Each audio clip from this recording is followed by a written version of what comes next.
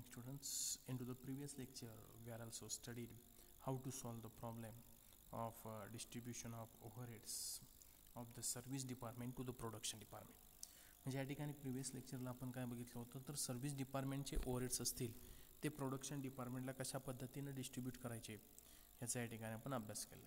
The following is the amounts have been extracted from the accounts of the manufacturing concern for the month of April 2020. मध्ये indirect material म्हणजे overheads it is also called as the all the indirect expenses.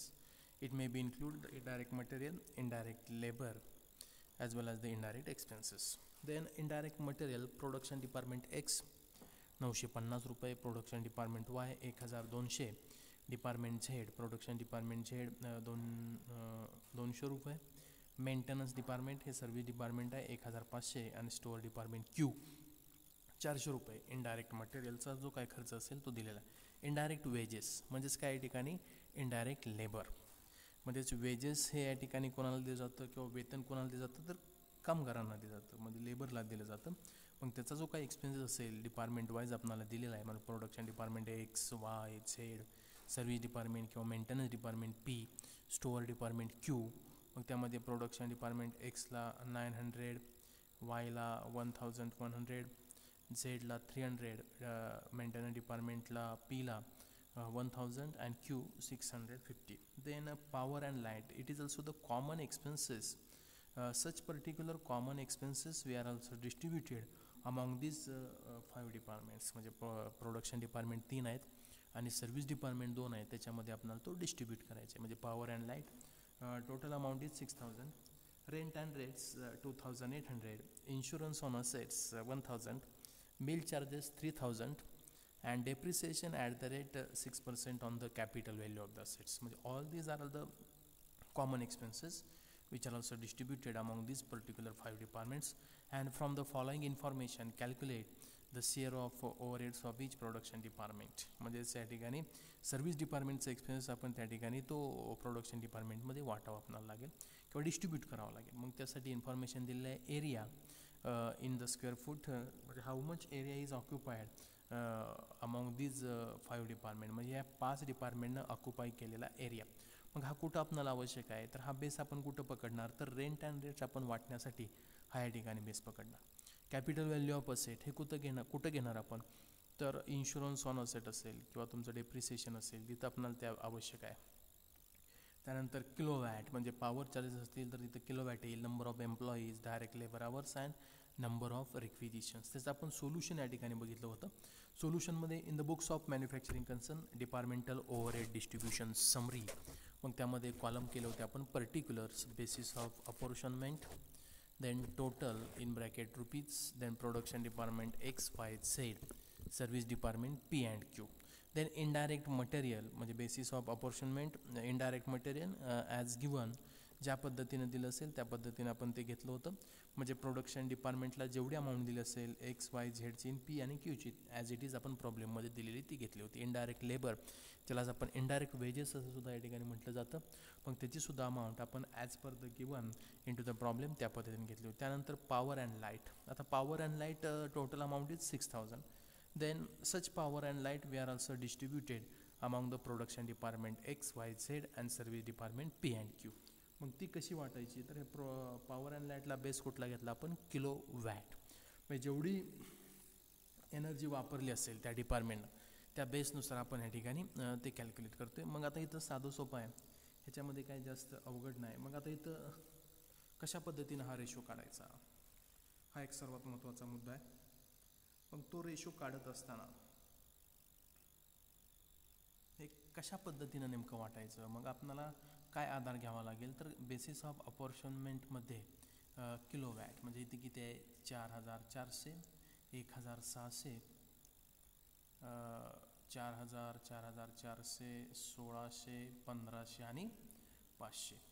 मग ह्याला common जर 100नं जर भाग लावला तर किती होतो 40, 44, 16, 15 आणि 5. परत भाग जातोय का परत या ठिकाणी भाग जात नाही म्हणजे त्या ठिकाणी अमाऊंट किती येणार आहे तर अमाऊंट या ठिकाणी या पद्धतीने येईल. मग त्याची या ठिकाणी अमाऊंट आपण कॅल्क्युलेट करूया. आता इथं जे काही दिलं असेल त्यानुसार आपल्याला या ठिकाणी अमाऊंट या ठिकाणी कॅल्क्युलेट करावं लागेल. म्हणजे ratio amount the various department. आपण कशाचं डिस्ट्रीब्युशन करतोय? Power and light. हा कॉमन एक्सपेन्सेस आहे. सच कॉमन एक्सपेन्सेस म्हणजेच काय आहे तर पॉवर अँड लाईट हे 5 डिपार्टमेंटला या ठिकाणी पॉवर अँड लाईट दिली जाते त्या कंपनीमध्ये. मग त्याचं डिस्ट्रीब्युशन करायचे among the production department and service department. Total amount आहे पॉवरची, खर्च आहे 6,000 रुपये, तो डिस्ट्रीब्यूट करायचा आहे. मग डिस्ट्रीब्यूट करत असताना कसं करायचा तर सच particular expenses is divided it is also called as the overhead, it is also the indirect expenses. मग तो कसा डिस्ट्रीब्यूट करायचा तर त्याला आपल्याला काय करावं लागेल, बेस किंवा काहीतरी आधार घ्यावा लागेल. मग आता इथं किलोवॅट, इथं 6,000चं डिस्ट्रीब्युशन करायचे तर ते आपल्याला या ठिकाणी 6,000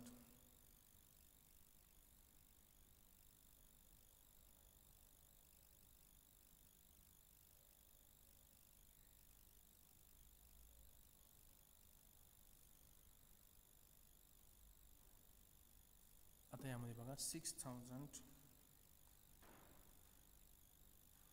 divided by 104 into 40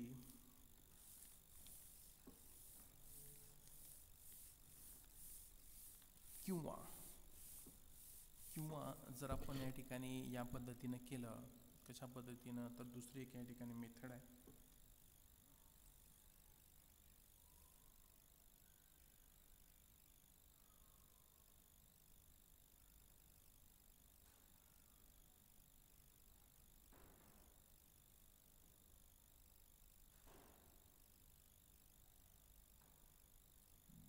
बघा आता या पद्धतीनं जर केलं तर या ठिकाणी काय ना 6,000 डिवायडेड बाय 12,000 इंटू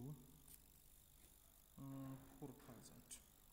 आता या ठिकाणी बघा हे आपण काय करणार या ठिकाणी डायरेक्ट, आता हे जर रेशो न काढता आपण काय करूयात, हे जरा या ठिकाणी कॅन्सल करूयात. एक साधं सोपं तुम्हाला या ठिकाणी लॉजिक सांगतो. आता इथं काय करायचं तर आपल्याला प्रोडक्शन डिपार्टमेंटच्या या ठिकाणी हे करायचे. तर ते कसं काढायचं तर या ठिकाणी बघा आता टोटल जो काय रेशो आहे तो रेशो किती दिलेला आहे तर या ठिकाणी काही भाग न लावता काही न करता आपण डायरेक्ट काय करायची, या सगळ्यांची बेरीज करायची. म्हणजे की किती बेरीज येते बघा, ते पॉवर अँड लाईटसाठी बघा हे 4,000 प्लस हे 4,400 प्लस परत किती आहेत 4,400 नंतर 1,600, 1,500 आणि 500 किती आहेत 1,600 प्लस 1,500 प्लस 500. आता या सगळ्यांची बेरीज किती येते ते बघा, तर या सगळ्यांची बेरीज येते 12,000. ह्या सगळ्यांची किती येते 4 मध्ये 4 8 400 8 9 10 10 आणि 2 12 12,000 आली काय या ठिकाणी टोटल आली. मग काय करायचं आपण तर या ठिकाणी एक्स या ठिकाणी अमाऊंट आहे 6,000 त्याला डिवायडेड बाय 12,000 आणि इंटू किती करणार तर एक्सचं जेवढं जे काय असेल तेवढं या ठिकाणी शेअर्स म्हणजे 4,000. इथं सुद्धा त्याच पद्धतीनं म्हणजे काय होईल तर तुम्हाला इथं ही जी काय अमाऊंट असेल ती अमाऊंट ही कशामध्ये येईल तर तुमच्या डायरेक्ट ते राऊंड फिगर येईल. त्याच्यासाठी या ठिकाणी आपण हे कॅल्क्युलेशन करतो आहे. जिथं भाग जात नसेल तिथं या ठिकाणी आपल्याला ह्या पद्धतीची मेथड ही वापरावी लागेल. आणि जिथं कॉमन संख्येनं भाग जात असेल तर तिथं तुम्ही तो भागाकार करून ती अमाऊंट इथं काढू शकता. परंतु काही ठिकाणी भाग जात नसतो, मग त्या ठिकाणी ह्या पद्धतीनं आपल्याला ते जावं लागेल. म्हणजे सगळ्यांची आपण काय केली टोटल केली, सगळ्यांची या ठिकाणी काय केली आपण टोटल केली. म्हणजे कुठल्याही प्रकारचा भाग न लावता डायरेक्ट शून्याला शून्य न घालवता डायरेक्ट काय केलं आपण टोटल केली. त्यानं या ठिकाणी जेवढी अमाऊंट आपल्याला डिस्ट्रीब्यूट केली त्यानं डिवाईड केलं आणि इंटू जेवढं आपल्याला ह्या ठिकाणी असेल त्या डिपार्टमेंटचं जे काय पॉवर किलोवॅट असेल त्यानं इंटू केलं की तुम्हाला ती रक्कम मिळेल. मग इथं या ठिकाणी कॅल्क्युलेशन केल्यानंतर 6,000 भागिले 12 गुणिले 4,000 तर त्याची अमाऊंट येते या ठिकाणी किती 2,000 येईल. इथं आपण कॅल्क्युलेटरवर या ठिकाणी बघूयात. कॅल्क्युलेटर आहे ओके. किती अमाऊंट बघा 6,000 divided by 12,000, 6,000 divided by 12,000 into वायचे अमाऊंट काढायचे 4,400 आपण काय करणार इंटू करणार इज इक्वल टू किती आलं 2,200. मग इथं अमाऊंट किती घेणार वायच्या ठिकाणी 2,200 2,200. याच पद्धतीनं झेडची अमाऊंट या ठिकाणी बघूयात कॅल्क्युलेशन करून 6,000 डिवायडेड बाय 12,000 इंटू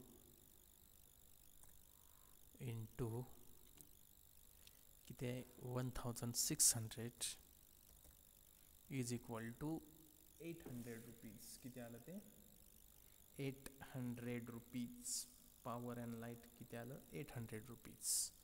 मग इथे येणार 800 रुपीज. मग इथं या ठिकाणी त्याच पद्धतीनं 6,000 डिवायडेड बाय 12,000 ते 6,000 भागिले 12,000 गुणिले त्याचा या ठिकाणी शेअर किती आहे 1,500चा इज इक्वल टू 750. म्हणजे अमाऊंट किती आली कुठलं डिपार्टमेंट आहे ते सर्व्हिस डिपार्टमेंट पी. आता क्यूचं काढायचं आहे त्यालासुद्धा त्याच पद्धतीनं तुम्हाला या ठिकाणी सर्वांना गुणाकार भागाकार येत असेल त्यामुळे काय या ठिकाणी डाऊट नाही. 6,000 then into their share is 500 only, then 250 is the amount of the power. मग ही अमाऊंट कुठं मांडायची तर त्या कॉलममध्ये मांडायची. इतकं सोपं आहे ते. मग आता आपण अमाऊंट काढलेली आहे पहिली किती आपली 2,000 2,000.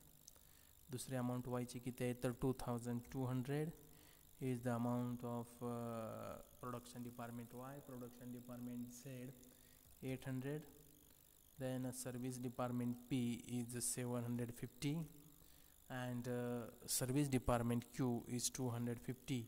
The total amount is also 3, 3, 5 and 6,000. म्हणजे ह्या सगळ्यांची टोटल ही किती आली पाहिजे 6,000. तर येते का ते येते. दुसरं पॉवर लाईट अँड लाईटचं आपलं डिस्ट्रीब्युशन झालं. दुसरा कॉमन एक्सपेन्सेस आहे रेंट अँड रेट्स. दुसऱ्या या ठिकाणी पॉवर झाल्यानंतर दुसऱ्या या ठिकाणी एक्सपेन्सेस आहे कुठला रेंट अँड रेट्स. मग त्याचं या ठिकाणी डिस्ट्रीब्युशन आपल्याला करायचे. मग पर्टिक्युलरमध्ये काय म्हणणार रेंट अँड रेट्स. आता रेंट अँड रेट्स मग ह्याचा या ठिकाणी बेसिस ऑफ अपॉर्च्युनिमेंट मग काय घेणार आपण रेंट अँड रेट्सला एरिया काय घेतो आपण एरिया. मग हा एरिया कशामध्ये दिला आहे स्क्वेअर फूटमध्ये दिलेला आहे. मग एरिया ऑक्युपाईड बाय इथं किती आहे 1,000 2,000 3,000 4,000 आणि 4,000. आता इथं कॉमन 1,000 भाग जातोय इथं किती येणार 4 4 3 2 1. म्हणजे या ठिकाणी आपण काय करणार रेंट अँड रेट्सला किती अमाऊंट डिस्ट्रीब्यूट करायची आहे ती अमाऊंट कॉलममध्ये लिहा. रेंट अँड रेट्स किती 2,800 2,800 ती अमाऊंट कॉलममध्ये येईल. आता ते डिस्ट्रीब्यूट करायचे 2,800. मग ते कसे डिस्ट्रीब्यूट करायचे तर त्याला पहिल्यांदा या ठिकाणी रेशो काढायचा. म्हणजे रेशो कसा आहे तर तो बघूयात 4,000 4,000 3,000 2,000 आणि 1,000. मग एरिया किती ऑक्युपाईड केलेला आहे त्याचं वर्किंग आपण करूयात. वर्किंगमध्ये distribution of rent and rates among the departments. मग या ठिकाणी किती आहे तर एरिया युज्ड बाय एक्स 4,000 परत या ठिकाणी 3,000 2,000 आणि 1,000 असेल 3,000 2,000 आणि 1,000. त्यानंतर 3,000 2,000 and 1,000. Then ratio किती येणार 4:4:3 S2 S21 या सगळ्यांची टोटल किती येते 4 आणि 4 8 आणि 3 11 13 आणि 14. म्हणजे आपण x is equal to y is equal to z is equal to then p is equal to so p is equal to and q is equal to. मग आता टोटल अमाऊंट किती डिस्ट्रीब्यूट करायचे तर 2800 2000 आय थिंक सो 800 2800 त्याला divided by 4 आणि 4 8 आणि 3 11 11 13 आणि 14 divided by 14 into त्या शेअर किती आहे 4 आहे इज इक्वल टू वायला सुद्धा त्याच पद्धतीनं 2800 divided by 14 into 4 is equal to त्यानंतर झेडला सुद्धा त्याच पद्धतीनं 2800 divided by 14 into 3 is equal to p is also 2800 divided by 14 into 2 is equal to then q are also 2800 divided by 14 into 1 is equal to. पण त्याचं जर calculation केलं तर आपल्याला या ठिकाणी कॅल्क्युलेशन करावं लागेल 2800 divided by 14 into 4 is equal to 800 इथं सुद्धा सेम आहे म्हणजे 800 येईल तर इथं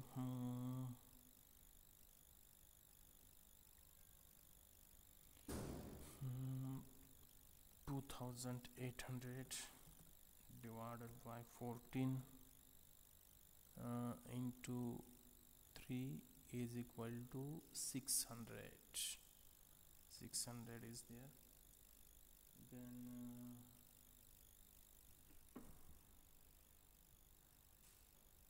400 आणि 200 इथे किती 400 and 200. मग ही अमाऊंट आपण मांडायची कुठं तर त्या पर्टिक्युलर डिपार्टमेंटला एक्सची अमाऊंट किती आहे rent and rates 800 800 600 400 and 200. Then next expenses we are also distributed among the departments. Rent and rate झालं insurance on assets मग त्याचं या ठिकाणी डिस्ट्रीब्युशन आपल्याला करायचं आहे मग पर्टिक्युलरमध्ये काय म्हणणार इन्शुरन्स ऑन असेट्स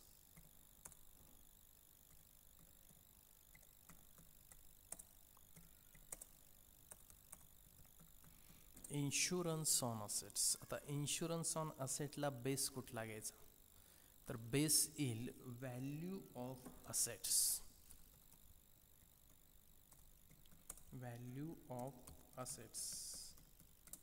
आता व्हॅल्यू ऑफ असेट्स आता इन्शुरन्सची किती अमाऊंट डिस्ट्रीब्यूट करायची आहे तर आपल्याला अमाऊंट डिस्ट्रीब्यूट करायची आहे insurance on assets 1000 no doubt how much amount is distributed 1000 is distributed amount. आता ते कॅल्क्युलेशन कसं करायचं तर व्हॅल्यू ऑफ असेट्स या ठिकाणी किती दिलेलं आहे 1,00,000 1,20,000 80,000 60,000 आणि 40,000 10,000 म्हणजे कितीनं भाग जातोय बघा कॉमन जाईल भाग 10,000 जर घालवला भाग तर रेशो किती येतोय बघा तर आपण तो काढूयात त्याच्यामध्ये नो डाऊट तो आपण कॅल्क्युलेशन करूया. The basis of apportionment of insurance on assets. The insurance on assets distribution करत असताना त्याला या ठिकाणी आपण बेस वापरतोय तो कोणता तर व्हॅल्यू ऑफ असेट्स. मग वर्किंग नोटमध्ये आपण काय तर insurance on assets insurance on assets, त्याच्यामध्ये मग आपल्याला डिपार्टमेंट कुठले आहेत तर X is equal to Y is equal to Z is equal to P is equal to and Q is equal to how much amount is distributed. 1000 is also distributed, but before we are also calculate the ratio among these 5 departments. ये किती 1,00,000 x आहे, 1,20,000 is y, 80,000 is z, 60,000 is P, and also 40,000 is Q. Ratio किती येईल 10,000 न जर भाग गेला तर इथं 10 येईल, इथं 12 येईल, इथं 8 येईल, इथं 6 येईल आणि इथं 4 येईल. ह्याला आपण काय केलं, ह्याला तुम्हाला समजण्यासाठी डिवायडेड बाय कॉमनला याला किती डिवायडेड बाय 10,000 केलं, मग ते येते. परत 2 आणखी भाग जातोय, 2 भाग जातोय म्हणजे किती किती येणार 5, 5 नंतर 6, त्यानंतर 4, त्यानंतर 3 आणि त्यानंतर 2. ह्या सगळ्यांची बेरीज येते 11, 4, 15, 3, 18, 2, 20, 20. मग याला काय करावं लागेल 1000 डिवायडेड बाय 20 इंटू किती आहे 5. वायचं सुद्धा त्याच पद्धतीनं काढावं लागेल 1000 डिवायडेड बाय 20 इंटू 6. इथं सुद्धा त्याच पद्धतीने काढावं लागेल 1000 डिवायडेड बाय 20 इंटू 4. इथं सुद्धा पीला त्याच पद्धतीनं 1000 डिवायडेड बाय 20 इंटू 3. क्यूला सुद्धा त्याच पद्धतीनं 1000 डिवायडेड बाय 20 इंटू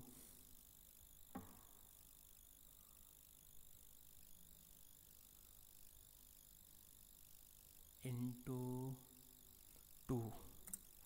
म्हणजे इथं येईल 250, इथं येईल अमाऊंट वायची 300, इथं येईल 200, इथं येईल 150 अँड लास्ट नॉट लिस्ट 100. मग सगळ्यांची बेरीज 1000 येते का बघा, 300, 200, 500, 250 आणि 250, 500 म्हणजे 1000 येते. मग ती मांडायची अमाऊंट कुठं आता आपल्या त्या सोल्युशनमध्ये किती 250, परत 300, परत 300 नंतर 200, त्यानंतर I think so 150 and 100. Okay, no problem. ती अमाऊंट आपण मांडली का मांडलेली. ओके, आता त्यानंतर नेक्स्ट काय करणार, नेक्स्ट एक्सपेन्सेस आयडेंटिफाईड करायचा. कुठला आहे मील चार्जेस. आता मील चार्जेस 3000 आहेत, कॉमन एक ओव्हरहेड्स आहे, कॉमन एक्सपेन्सेस आहे. तो आपल्याला काय करायचं या ठिकाणी डिस्ट्रीब्यूट करायचे. मग आता इथं या ठिकाणी काय करावं लागेल सोल्युशनमध्ये मील चार्जेस पर्टिक्युलरमध्ये काय म्हणणार आपण मील चार्जेस, मील चार्जेस. आता मील चार्जेस, मील म्हणजे काय तर भोजन व्यवस्था. मग हे भोजन घेत असताना कोण घेतं भोजन तर एम्प्लॉईज या ठिकाणी ते मेसचा या ठिकाणी फायदा घेत असते. मग एम्प्लॉईज जर मेसचा या ठिकाणी फायदा घेत असतील तर साहजिकच तिथं काय होणार आहे, तर आपल्याला बेस जो काय वापरायचा आहे तर तो कुठला बेस वापरावा लागेल, तर it should be know that the base we are also used the number of employees. काय नंबर ऑफ एम्प्लॉईज किती डिस्ट्रीब्यूट करायचे अमाऊंट, तर 3000. मग आता आपल्याला इथं काय करावं लागेल, बिल चार्जेसचं वर्किंग करावं लागेल. मिल चार्जेस, आता मिल चार्जेसचं वर्किंग करत असताना नंबर ऑफ एम्प्लॉईज किती आहेत तर तो रेशो या ठिकाणी बघावा लागेल. म्हणजेच त्यानुसार ते आपल्याला डिस्ट्रीब्यूट करावे लागतील. मग ते आपण डिस्ट्रीब्यूट करूयात. तर या ठिकाणी डायरेक्ट नंबर ऑफ एम्प्लॉईज किती आहेत, 90. त्यानंतर वायचे 120 आहेत, 120 नंतर 30 आहेत ह्याचे झेडचे, त्यानंतर 40 आहेत पीचे आणि 20 आहेत क्यूचे. आता डायरेक्ट आपण काय करणार,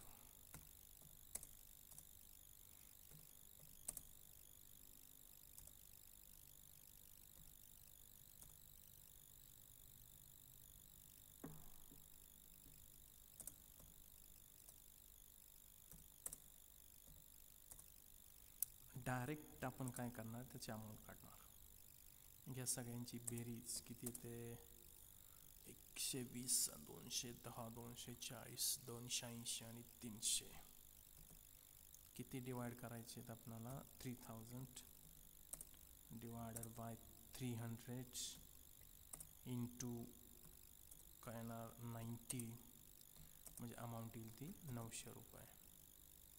इथं किती येणार, 3000 divided by 300 into 120 is equal to किती येणार 1200. इथं किती येणार, डिवाइड किती करायचे तर 3000 डिवायडेड बाय टोटल किती आहे त्याचे रेशोमधलं 300, रेशोमधला शेअर किती आहे झेड डिपार्टमेंटचा 30, म्हणजे इथं येईल इज इक्वल टू 300. शून्य कुठं गेला, okay 300. Then 3000 divided by 300 into share 40, then is equal to 400. And also Q department 3000 divided by 300 into 20, then is equal to 200. Then we are also write up this amount into the particular column मध्ये आपण जो काय असेल तर तो खर्च या ठिकाणी डिस्ट्रीब्यूट करायचा आहे. तर आपण मग सोल्युशनचा आपला जो काय चार्ट असेल तर मिल चार्जेस त्यामध्ये एक्सला 900 रुपये, वायला 1200 रुपये, त्यानंतर 300 रुपये येईल झेडला, 400 रुपये येईल आय थिंक सो पीला आणि 200 रुपये येईल क्यूला. अशा पद्धतीनं मिल चार्जेस झाला. आता राहिला काय या ठिकाणी आपला तर डेप्रिसिएशन. आता डेप्रिसिएशन काढत असताना फॉर 1 मंथ हा सर्वात महत्त्वाचा मुद्दा, कारण एकाच महिन्याचं आपण ओव्हरहेडचं डिस्ट्रीब्युशन करतोय. म्हणजे डिस्ट्रीब्युशन करत असताना डेप्रिसिएशनचं महत्त्वाचा मुद्दा आहे.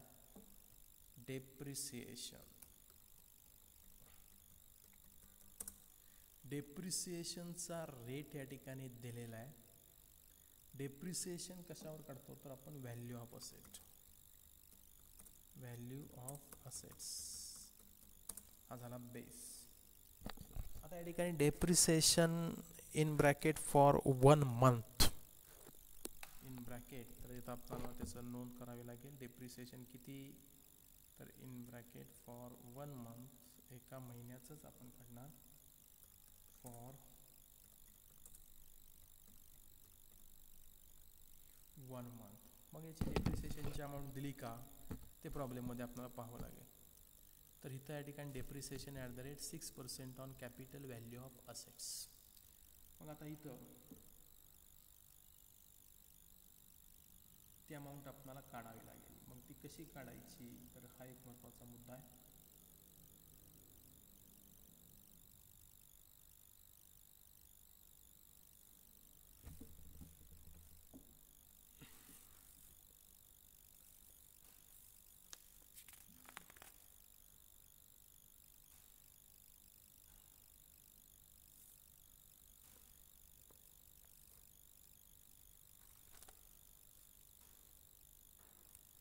तर डेप्रिसिएशनचं प्रॉब्लेममध्ये काय दिलं आहे का, दिलेलं नाही. फक्त आपल्याला सांगितलं आहे depreciation at the rate 6% on capital value of assets. म्हणजे इथं डेप्रिसिएशनचा आपल्याला सर्वात महत्त्वाचा मुद्दा आहे, तो आपण कॅल्क्युलेट करूयात. कॅल्क्युलेशन करत असताना तो आपण बघूयात. 6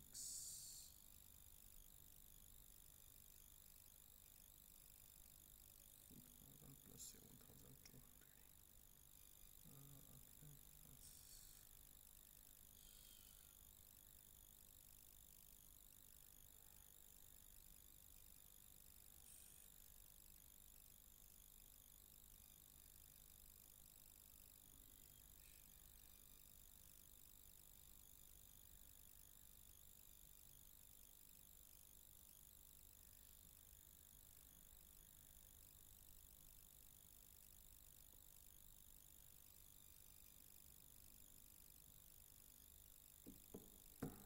डेप्रिसिएशनची आपण अमाऊंट या ठिकाणी किती घेणार आहोत, तर 2,000.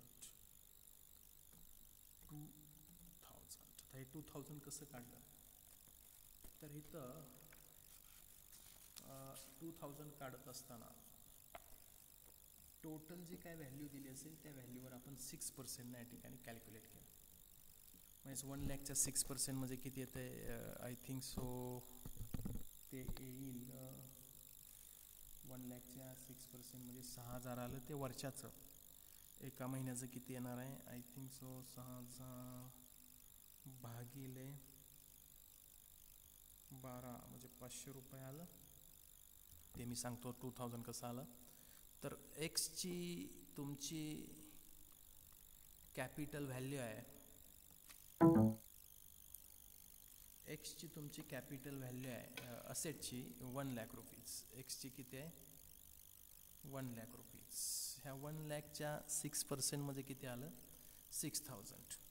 6,000 डिवायडेड बाय 12 केलं की किती आलं, 500 रुपये. हे 500 त्याच्यामध्ये प्लस 1,20,000 गुणिले 6%, 7,200. ते येतं एका वर्षाचं, भागिले 12 केलं की किती आलं, इथं 600 रुपये आलं. प्लस इथं कॅपिटल व्हॅल्यू किती आहे, तर ह्याची 80,000 आहे. म्हणजे 80,000 इंटू 6% केलं की 4,800. ते 4,800 भागिले 12 केलं की किती आलं, 400 रुपये आलं. प्लस इथं किती आहे, 60,000 म्हणजे किती येणार आहे 6%, 3,600 डिवायडेड बाय 12 केलं किती आलं, 300 रुपये आलं. आणि शेवटचं येतं आहे आपलं किती आहे, 40,000. त्याला 6% उडलं की 1,600 येत आहेत. 1,600 भागिले 12 केलं की इथं आय थिंक सो 40,000 गुणिले 6% म्हणजे 2,400 येत आहेत. 2,400 त्यांना भागिले 12 केलं की किती आलं, 200 आलं, 200. म्हणजे ह्या सगळ्यांची बेरीज किती येते बघा, 500 आणि 600, 1100, 1100, 400, 1500, 1500 आणि 3, 1800, 1800 आणि 200, 2,000. मग आता ह्या 2,000चं डिस्ट्रीब्युशन या ठिकाणी आपल्याला करायचं. डिस्ट्रीब्युशनसुद्धा याच पद्धतीनं होईल, याच पद्धतीनं डिस्ट्रीब्युशन होणार. म्हणजे किती, 500, त्यानंतर 600, त्यानंतर 400, त्यानंतर 300 आणि 200, 300 आणि 200. त्यानंतर काय येणार, हे झालं प्रायमरी डिस्ट्रीब्युशन ऑफ ओव्हरहेड्स. हे काय झालं, प्रायमरी डिस्ट्रीब्युशन ऑफ ओव्हरहेड्स. म्हणजेच we are also distributed the overheads among the various department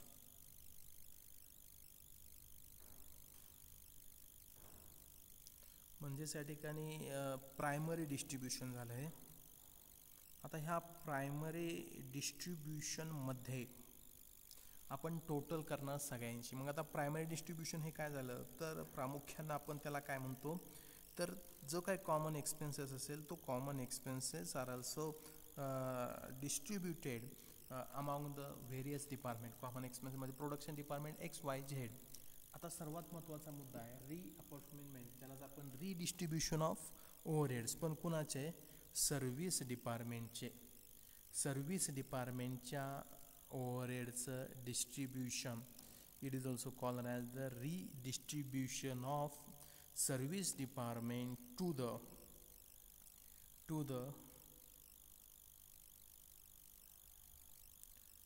the कुणामध्ये तर या ठिकाणी प्रोडक्शन डिपार्टमेंट. म्हणजे प्रोडक्शन डिपार्टमेंटमध्ये हे या ठिकाणी काय करायचे आपल्याला ते डिस्ट्रीब्यूट करायचे आहेत काय तर सर्व्हिस डिपार्टमेंटचे एक्सपेन्सेस. मग आता आपण त्यासाठी आपल्याला टोटल करावे लागेल. तर इथे या ठिकाणी टोटल या ठिकाणी काय म्हणणार आपण टोटल करत असताना फक्त या ठिकाणी ह्याची ओव्हरहेड्स टोटल येते या ठिकाणी आय थिंक सो 23,000 येईल.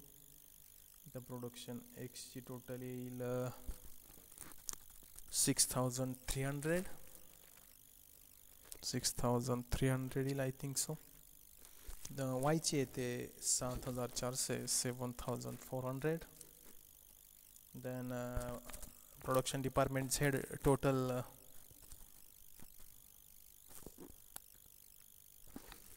2,800. Service department, it is also our maintenance department. Total is 4,500, and Q service department 2,000.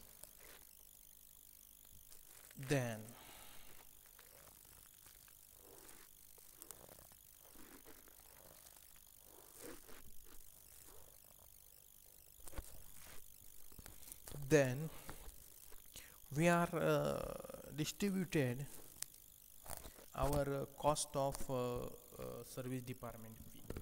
म्हणजे हे झालं या ठिकाणी काय तर सर्वच्या सर्व डिपार्टमेंट वाईज आपण तो खर्च काढलेला आहे. आता इथं सर्वात महत्त्वाचा मुद्दा काय येतो तर we are also distribute the cost of service department P&Q to the कुणामध्ये तर XYZ. पण इथं काय म्हणणार आपण कॉस्ट ऑफ सर्व्हिस डिपार्टमेंट कुठलं P. मग हे काय होणार आपण डिस्ट्रीब्यूट करणार आहे म्हणजे इथं काय होणार ते -4,500 होईल. आता इथं बेस फॉर अपॉर्शनमेंट कुठला घ्यावा लागेल तर हे कुठलं डिपार्टमेंट असेल त्यानुसार तो बेस घ्यावा लागेल. आता सर्व्हिस डिपार्टमेंट कुठला आहे तर maintenance I think so P हे कुठलं आहे मेंटेनन्स डिपार्टमेंट P. मग मेंटेनन्स कशाचा येतो मशिनरीचा येतो.